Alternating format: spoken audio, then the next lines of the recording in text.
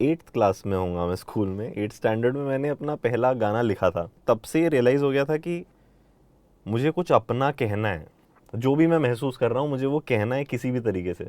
मेरे लिए पर्पस ये नहीं था कि मुझे इंडियन क्लासिकल वोकलिस्ट बनना है। 12th स्टैंडर्ड मैंने प्राइवेट कर लिया था कि नहीं, मैं अब इंजीनियरिंग की तैयारी करूँगा प्रॉपरली। फिर मुझे रियलाइज़ हुआ मिडवे, 12th मिडवे, कि मैं इंजीनियरिंग करूँगा और उसके 5 साल के बाद, 4 साल के बाद म्यूज़िक करूँगा। तो मैं ऐसा क्यों कर रहा हूँ? तो हमको भी बहुत मज़ा आता था, मतलब हमारा पूरा पूरा जो उसका स्टार्टिंग पॉइंट था वो ये था कि बस मज़ा आना चाहिए। मतलब सब लोग यही बात करते थे, बस मज़ा आना चाहिए, बस हमको कोई मतलब नहीं है हम कहाँ शो कर रहे हैं, क्या रिकॉर्ड हो रहा है, क्यों हो रहा है, पैसे मिल रहे हैं नहीं मिल रहे, क्या हो रहा है, बस मज़ा आ रहा है।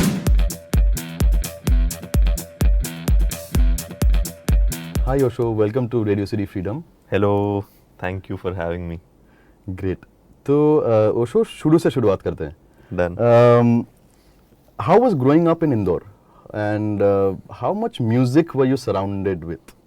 बहुत ही इंटरेस्टिंग है इंदौर इन जनरल भी, और जब मैं छोटा था तब और भी ज़्यादा इंटरेस्टिंग था एक्चुअली। जहाँ मेरा जो सराउंडिंग्स हैं, जिसमें मैं रहा हूँ, जिस मोहल्ले में मैं पैदा हुआ, जो हुआ वो, it's not a very usual मोहल्ला। इट्स आई मीन, अब जो हम शहरों में देखते हैं, हम चीज़ें देखते हैं, तो हमें आजकल एक तरह के लोग दिखते हैं।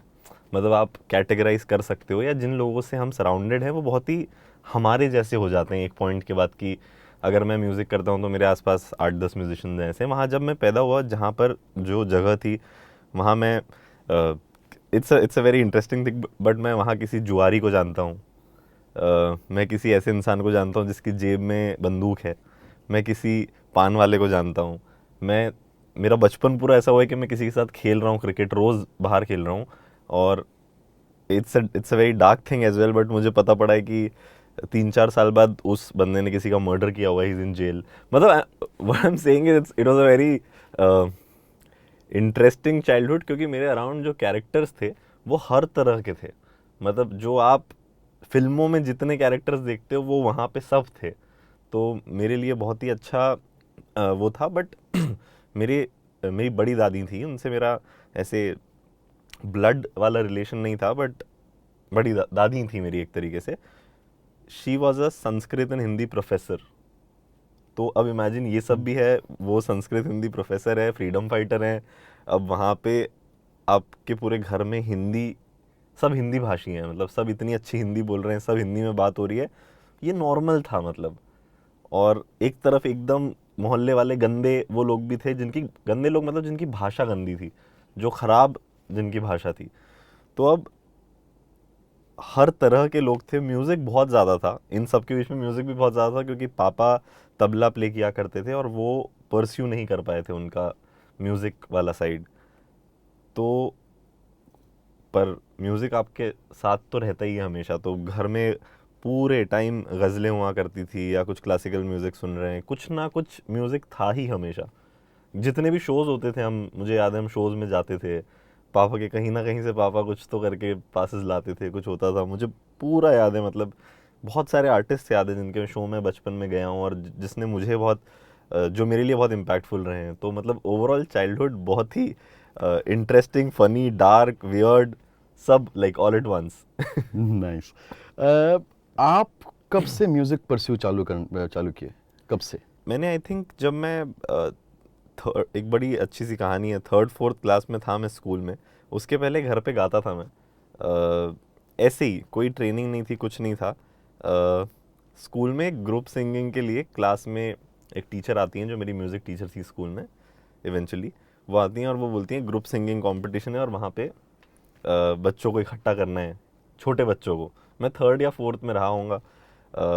ऑडिशन जैसा होता है ना, वैसे ऑडिशन सबको बुला लिया म्यूज़िक रूम में, और ऐसे एक एक लाइन गवा के देखते हैं कि हाँ ये सही गा सकता है, ये सही गा सकता है। तो ऐसे उनको लगा कि हाँ ये सही गा सकता है। तो वहाँ से मेरा म्यूज़िक लर्निंग स्टार्ट हुआ। और वहाँ से मैंने रियलाइज़ किया कि जब क्लास में बैठे हैं, मैम हारमोनियम बजा रही है, कुछ राग सिखा रही हैं, कुछ छोटा ख्याल सिखा रही हैं, तो वहाँ ये समझ में आया कि ये तो कितना क्या बढ़िया चीज़ है ये तो।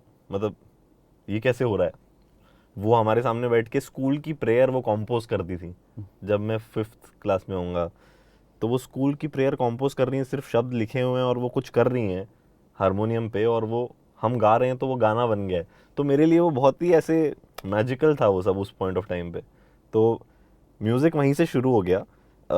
इसको फॉर्मल ट्रेनिंग तो नहीं बोलूँगा क्योंकि वो सिर्फ स्कूल में थी, लेकिन वो बहुत ही ज़्यादा इम्पैक्टफुल इसलिए थी क्योंकि वो टीचर बहुत ही सपोर्टिव थी। हंसा मैम नाम था उनका, है मतलब वो अभी भी उनकी हम क्या करते थे कि जब किसी क्लास में पढ़ने का मन नहीं होता था तो हम म्यूज़िक रूम जाके बैठ जाते थे, और वो भी हमें सपोर्ट करती थी कि हाँ किसी कंपटीशन की तैयारी हो रही है। कुछ होता नहीं था, अगर उनका भी पीरियड फ्री है या किसी और की भी म्यूज़िक क्लास चल रही है तो भी हम पीछे बैठ के उनके साथ गाते रहते थे। तो कहीं ना कहीं वहीं से वो मेरे लिए फॉर्मल ट्रेनिंग की शुरुआत तो नहीं बोलूँगा, बट एक बहुत ही ज़्यादा इंटरनली कुछ बहुत ही ज़्यादा चेंज हो रहा था उस पॉइंट ऑफ टाइम पे, जो मैं अब रियलाइज़ करता हूँ। आपने फॉर्मल ट्रेनिंग भी तो लिए हुए हैं, वो क्यों? मतलब ऐसे फॉर्मल ट्रेनिंग जो लोग कहते हैं कि मैंने 20 साल 15 साल क्लासिकल म्यूज़िक सीखा है या मैं 10 साल से गिटार बजा रहा हूँ, मतलब मेरे लिए वो पर्पस वो नहीं था। मेरे लिए पर्पस ये नहीं था कि मुझे एक इंडियन क्लासिकल वोकलिस्ट बनना है या एक बहुत ही अच्छा कुछ स्पेनिश क्लासिकल गिटार प्लेयर बनना है या जैज़ गिटार प्लेयर बनना है। वो कभी पर्पस था नहीं। हमेशा से 8th या 9th क्लास में, 8th क्लास में होऊंगा मैं स्कूल में, 8th स्टैंडर्ड में मैंने अपना पहला गाना लिखा था, मुझे अभी भी याद है। 9th में मैं गिटार बजाना शुरू किया था और सीखा था। तो मुझे तब से रियलाइज़ हो गया था कि मुझे कुछ अपना कहना है, जो भी मैं महसूस कर रहा हूँ मुझे वो कहना है किसी भी तरीके से। तो सीखने का मेरा पूरा पर्पस ही अभी तक भी यही है। अभी भी मैं सीखता हूँ, मुझे लगता है मैं हमेशा सीखता ही रहूँगा, बट मेरा पर्पस यही है कि it's not just to become a singer और to become a guitar player और a writer, but to express myself fully. तो इसलिए मतलब ट्रेनिंग का उसमें एक और साइड ये है कि यार इवेंचुअली जब आप, मुझे समझ में आया कि ये करना है मुझे, तो सबसे पहली चीज़ दिखी कि टूल्स क्या हैं, मैं क्या क्या एक्सप्लोर कर सकता हूँ। कि अगर मुझे गाना बजाना है तो मुझे किसी गिटारिस्ट को बुलाना पड़ता था, जो स्कूल में होते थे वो एक दो जिनको आता था बजाना, और वो बहुत नाटक करते थे, है ना। तो मैंने सोचा कि नहीं यार, गिटार सीखेंगे। तो गिटार सीखना शुरू किया। वो इनिशियल 3-4 कॉर्ड जो आप सीख जाते हो 4-5 महीने में, वो सीखी, उस पर कुछ किया, फिर कुछ गाने बजाने सीखे। पर मुझे ये समझ में आया कि कुछ अलग करना है, अगर कुछ भी अलग करना है तो आपको बहुत सारा सीखना पड़ेगा जो है, फिर आपको पता पड़ेगा ना कि अलग क्या है। मतलब अगर आप पहले दिन से ये सोचोगे कि ये अलग है और आपने कुछ सुना नहीं है, तो 100% आपको कहीं ना कहीं ढूंढोगे तो वो मिल जाएगा। तो पहले इसलिए मैंने सीखना चालू किया कि पता तो किया जाए कि होता क्या क्या है और किस किस ने क्या क्या कर लिया है। इवेंचुअली फिर आप देखते हो कि सब तो हो चुका है, क्या नहीं हुआ है।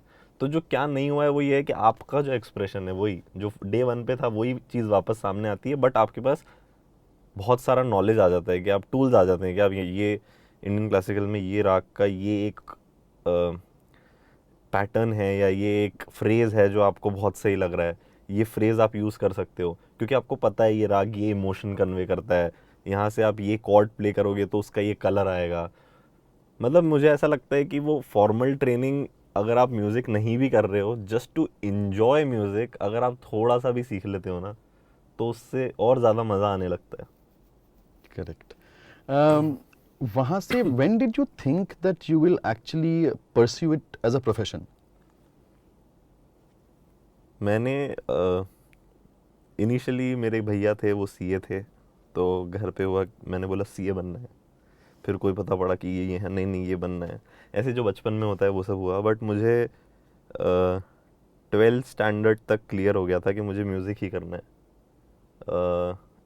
हमारे यहाँ एक कॉन्सेप्ट होता था डमी स्कूल का, मुझे नहीं पता हर जगह होता ही होगा, प्राइवेट स्कूल जो हो जाता है ना। तो 11th तक मैं स्कूल में था, 12th स्टैंडर्ड मैंने प्राइवेट कर लिया था कि नहीं मैं अब इंजीनियरिंग की तैयारी करूँगा प्रॉपरली। फाइनली मैंने साइंस ले लिया था और मैं इंजीनियरिंग की तैयारी कर रहा था। और नहीं नहीं मैं तो पढ़ाई करनी है, मुझे इंजीनियरिंग की तैयारी करनी है। फिर मुझे रियलाइज़ हुआ मिडवे, 12th मिडवे, कि मैं इंजीनियरिंग करूँगा और उसके 5 साल के बाद 4 साल के बाद म्यूज़िक करूँगा, तो मैं ऐसा क्यों कर रहा हूँ। मुझे किसी ने बोला नहीं, एक दिन रैंडमली ऐसा फील हुआ बस। और मैं घर गया, मैंने बोला कि मुझे नहीं करनी है इंजीनियरिंग, म्यूज़िक करना है। तो पापा तो बहुत खुश हो गए। पापा बोलते हैं मैं तो बोल रहा था तुझे 10th के बाद बोला था तू आर्ट्स ले और सीख म्यूज़िक, ये कर वो कर। मम्मी थोड़ी परेशान हो गई कि अभी तो इतने साल, 1.5 साल तूने मेहनत की है तो अब कर ले, ये कर ले। बट 2-4 दिन में वो चीज़ सॉल्व हो गई और ये डिसाइड किया कि म्यूज़िक करना है। फिर वहाँ से मैंने जो भी, वहाँ से ये थॉट आ गया था कि प्रोफेशनली म्यूज़िक करना है। A lot of people might know, a lot of people might not know, you were part of a band. Hmm Tell us about that, Aankh Mein Choli. तो आँख में चली, ओके, तो मैं ना वो फ्लो को ख़राब नहीं करता हूँ। अभी तक हम मेरे 12th तक आ Correct, गए ना, correct, तो हाँ, मैं वहीं से शुरू करता हाँ, हूँ। बिल्कुल। तो भारत मेरा दोस्त है, he is a drummer, he still plays with me. तो वो, वी मेट इन 2009 और 10, वही जब मैं 10th 11th में था, वो 8th 9th स्टैंडर्ड में होगा। हम एक स्कूटी होती है ना, स्कूटी पे हम पूरा ड्रम किट उठा के ले जाते थे, थिंग्स लाइक दैट जो वहाँ पे होती थी। और तो वहाँ पर हमारा एक बैंड हुआ करता था इंदौर में, जिसमें भारत भी था, मैं था, हम लोग सब थे। फिर मेरा जब कॉलेज का फर्स्ट ईयर, अब 12th हो गया मेरा, मैं कॉलेज इंदौर में ही मैंने अपना ग्रेजुएशन स्टार्ट किया, मास मीडिया स्टार्ट किया मैंने पढ़ना। तो वहाँ पर मेरा ये डिसीजन हो गया कि I am staying in Indore for 3 years at least to study music as well. I'll learn Indian classical, I'll do all of those things, plus we'll continue the band that we had at that point of time. But फिर भारत का एक point आया when I was in second year, I think second year, कि उसको अब 12th हो गया है, अब क्या करे। तो then he decided to move to Mumbai eventually. अब वो मुंबई शिफ्ट हुआ, वो बैंड वहाँ पे डिसबैंड हुआ, हम लोग नहीं कर पाए साथ में। And then after my graduation I move to Mumbai and he joined True School of Music, because we sat one day, one night, we sat and we were searching for music schools in Mumbai, and we found this music school, True School of Music. And he moved like in like 1 year before me, and then I moved, और यहाँ पे आके हमने आँख में चोली शुरू किया, जिसमें मैं और भारत थे ही। 1 साल से मैं उसको बोल रहा था कि यार कोई बेस प्लेयर हो तो देखना, कोई गिटार प्लेयर मिला क्या, कुछ ऐसा हुआ क्या। Then before I came these guys jammed once or twice.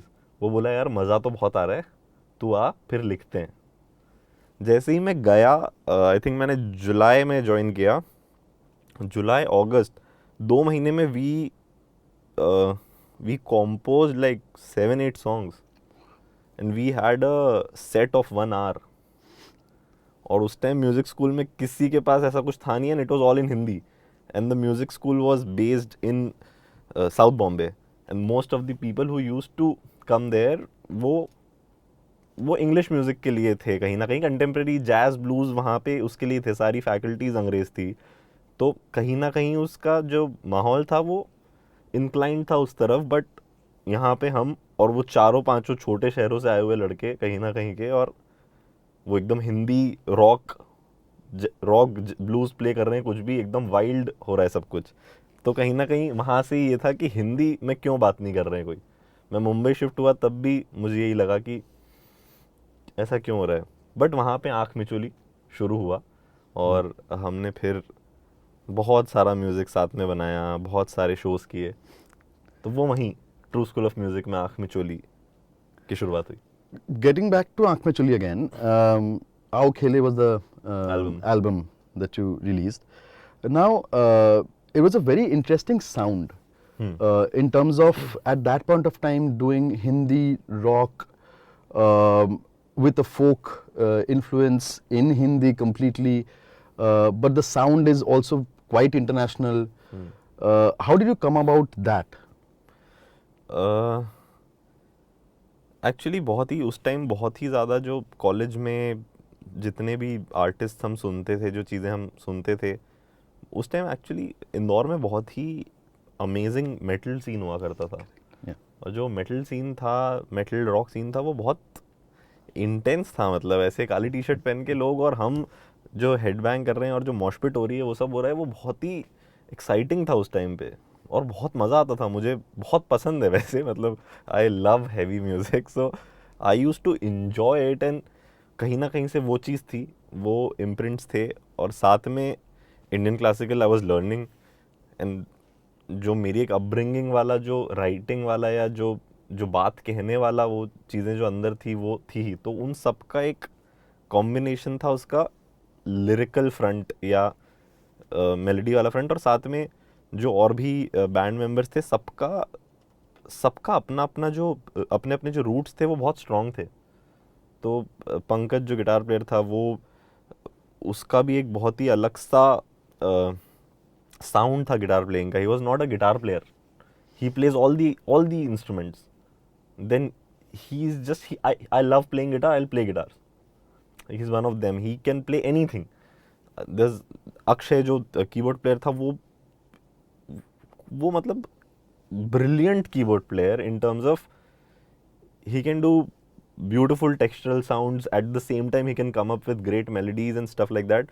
और भारत जो ड्रम्स पे प्ले कर रहा है वो बहुत ही ज़्यादा हमारी इंडियन रिदम्स से भी डिराइव्ड है, एट द सेम टाइम एकदम pure rock and roll prog rock से भी डिराइव्ड है। तो वो उनका जो कॉम्बिनेशन बन के आया ना, तो वो कहीं ना कहीं एक बहुत ही फन सामने आया उसमें। तो हमको भी बहुत मज़ा आता था, मतलब हमारा पूरा पूरा जो उसका स्टार्टिंग पॉइंट था वो ये था कि बस मज़ा आना चाहिए।